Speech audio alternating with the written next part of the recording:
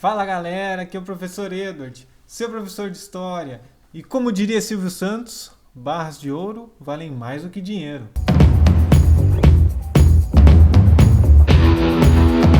Ou pelo menos durante muito tempo foi assim. O ouro, desde tempos imemoriais, sempre foi um registro de riqueza, um símbolo de riqueza, principalmente para os europeus. Os europeus sempre estavam atrás do ouro, atrás dos metais preciosos. E isso que movia principalmente Portugal na época das grandes navegações, Portugal e Espanha. Espanha se deu bem, encontrou primeiro. Portugal, depois de muito escarafunchar o Brasil, entrar interior adentro, que encontrou o tal do ouro. E o ouro, a busca por ouro, era a base do mercantilismo, que é o sistema econômico dessa época, o sistema de trocas comerciais que baseava os reinos a buscarem novas colônias, a buscarem mais riquezas. O mercantilismo construiu a base da riqueza e da decadência também desses países. Então, quais eram as bases do mercantilismo, né, pessoal? Para um país ser rico e próspero no sistema comercial do mercantilismo, primeiro, ele tinha que ter uma balança comercial favorável. O que significa isso? Ele tinha que exportar mais do que importar. Exportar é vender alguma coisa para outro país. Isso é exportar. O Brasil hoje, por exemplo, exporta muito gêneros alimentícios, commodities, que a gente chama no economês, que é soja, arroz, trigo, enfim, tudo isso que se planta. O Brasil tem uma área de plantação muito grande, é um dos maiores produtores de vários gêneros alimentícios, então ele exporta muito. Por outro lado, ele importa, ou seja, ele compra de fora muitos equipamentos, computadores, chips, peças de carros, o que faz essas coisas serem muito caras aqui no Brasil. Porque elas são compradas de fora e depois revendidas aqui dentro. No mercantilismo, para um país ser rico, ele tinha que exportar mais e importar o menos possível. O tanto que ele conseguisse ter dentro do seu país para exportar mais, melhor, que assim ele conseguia mais riquezas. Então, isso levava também ao monopólio e ao protecionismo. O que é isso? O reino tentava ter a maior quantidade de colônias possível. Lembra do Tratado de Tordesilhas que eu falei nas aulas passadas, que dividia o mundo entre Portugal e Espanha? Se fosse daquele jeito mesmo, Portugal e Espanha seriam os dominantes do mundo até hoje, porque eles teriam muitas terras para explorar. Só que não foi bem assim porque vários outros reinos depois entraram na jogada, principalmente Inglaterra, França e Holanda. E a partir daí ocorreram muitas guerras e muitos embates entre esses reinos. A que saiu melhor ao longo do tempo foi a Inglaterra, mas isso a gente vai estudar mais para frente.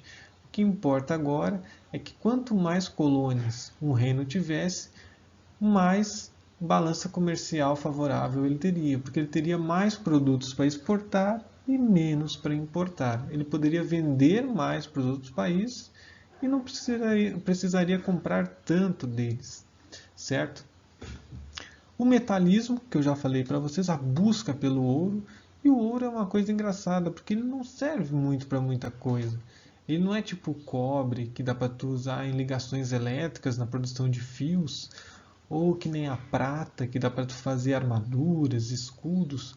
O ouro ele é meio inútil, ele é meio frágil, mas ele ao mesmo tempo pelo seu brilho e pela sua cor dourada ali, ele sempre foi um símbolo de riqueza.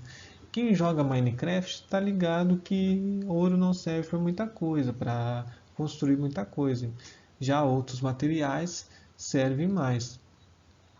Mas o metalismo, a busca pelo ouro como símbolo de riqueza e como também reserva, porque a única coisa que era feita com ouro e de certo modo é feito até hoje, embora muito menos, são moedas. Moedas cunhadas de ouro naquela época eram muito comuns. E era por isso também que pouca gente andava com dinheiro. Eram só as pessoas muito ricas que tinham essas moedas de ouro. Então elas valiam muito, muito mesmo. Além de adornar castelos, igrejas, fazer esculturas, fazer joias com ouro. Era mais para isso que o ouro servia mesmo. para moedas e para decorações. Hoje a maioria das moedas é feita de aço, então é feita de um material completamente diferente e muito mais barato. Por fim, o controle estatal da economia. Todas essas arrecadações de ouro, das exportações e tudo mais, tudo ficava controlado pelo rei, que era um monarca absolutista. O que significa isso? Monarquia é aquele governo que tem um rei. E uma monarquia absolutista é aquele rei que controla tudo. Tudo é na mão dele. Não tem conselho de ninguém, não tem alguém que ajuda ele, não, ele é absoluto. E nessa época ele era absoluto com a justificativa de que ele era um filho de Deus, ou quase isso. Ele era um representante de Deus na terra. Era o que se chamava na época da vontade divina do rei. O que ele decidisse era como se fosse a mesma decisão de Deus, e isso justificava ele ser rei e controlar tudo. Claro que nas épocas boas isso funcionava, porém quando o país entrava em crise, tinha algum problema, o que acabou acontecendo com Portugal e Espanha, principalmente ao longo dos séculos 17 e 18, começou a se questionar muito essa sabedoria divina do rei, porque as coisas não estavam bem assim. Geralmente Deus quer o bem da gente, não o mal, né? Na atividade de hoje vamos treinar um pouquinho essa questão de importação e exportação, esses conceitos, né? Aqui tem um gráfico sobre as exportações do Brasil, exportações e importações na década de 80. Vocês vão analisar esse gráfico e vão me responder o que está perguntando aqui embaixo. Lembre-se, para ler um gráfico, exportações aqui, ó, tem a legenda aqui embaixo. Exportação é a barrinha preta. Importação é a barrinha branca. Então na A aqui pergunta, por exemplo, de acordo com o gráfico, o Brasil teve mais importação ou exportação ao longo desses anos todos aqui, que mostra o gráfico, ou seja, de 78 até 88. Se tem mais barrinhas pretas para cima, quer dizer que teve mais exportação. Se por outro lado teve mais barrinhas brancas para cima, quer dizer que teve o quê? Mais importação. Então vocês vão dar uma analisada. Tem mais ao longo de todo esse gráfico aqui, ó, tem mais barrinhas pretas ou mais barrinhas brancas para cima? Tem mais exportação ou mais importação de 1978 a 1988? É essa análise que vocês vão fazer. E depois, de acordo com os princípios do metalismo, o Brasil estaria no caminho certo ou não? Se tem mais exportação ou se tem mais importação, aí está a resposta aí que vocês vão desenvolver.